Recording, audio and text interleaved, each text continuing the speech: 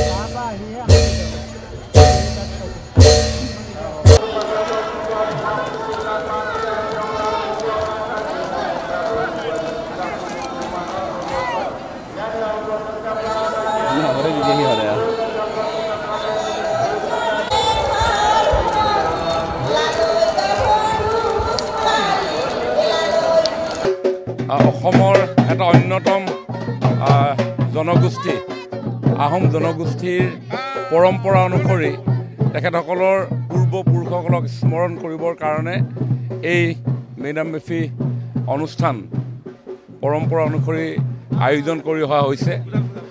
আৰু আমাৰ চৰকাৰেও আমাৰ শিপাৰ লগত যাতে আমি সকলোৱে এটা সম্পৰ্ক স্থাপন কৰি উত্তৰ পুৰুষক আমি শ্ৰদ্ধা সহকাৰে তেখেতসকলক সময়ে সময়ে স্মৰণ কৰি নতুন প্ৰজন্মই জীৱনৰ বাটত অগ্ৰসৰ হ'বৰ কাৰণে সাহস প্ৰেৰণা আৰু আশীৰ্বাদ পায়।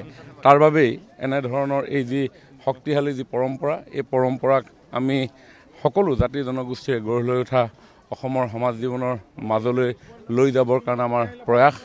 আৰু সেয়ে এইবাৰ আমি অন্যতম এক আধ্যাত্মিক অনুষ্ঠান আমলখি দেওশালত কেন্দ্ৰীয়ভাৱে চৰকাৰৰ তৰফৰ পৰা এই মেডাম মেফি অনুষ্ঠান আমি আয়োজন কৰিছোঁ। দিন বুৰঞ্জী প্ৰকৃত দিন অকল টাই আহোমসকলৰ বুলিয়ে নহয়, সমগ্ৰ অসমীয়া জাতিৰ কাৰণে মেডাম মেফি আমি উপৰিপুৰুষক তৰ্পণ কৰা এইটো অনুষ্ঠান।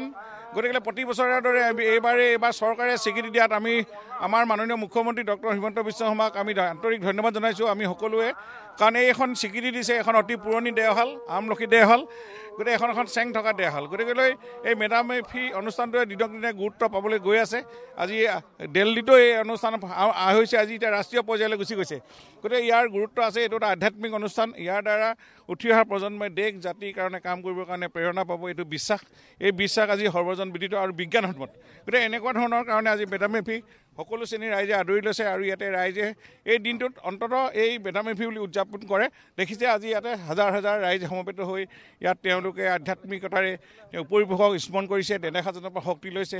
আগন্তুক দিনবিলাক ব্যক্তিগতভাৱে হওক, পৰিয়ালভাৱে হওক, সামাজিকভাৱে হওক, সকলো ক্ষেত্ৰতে তেওঁলোকে গুৰুত্ব পাবৰ কাৰণে এটা নেদেখাজনৰ শক্তি আজিৰ তাৰিখত প্ৰয়োজন। এই দিশেৰে মেডাম মেফিয়ে সাৰ্বজনীন ৰূপত আগবাঢ়ি গৈ আছে।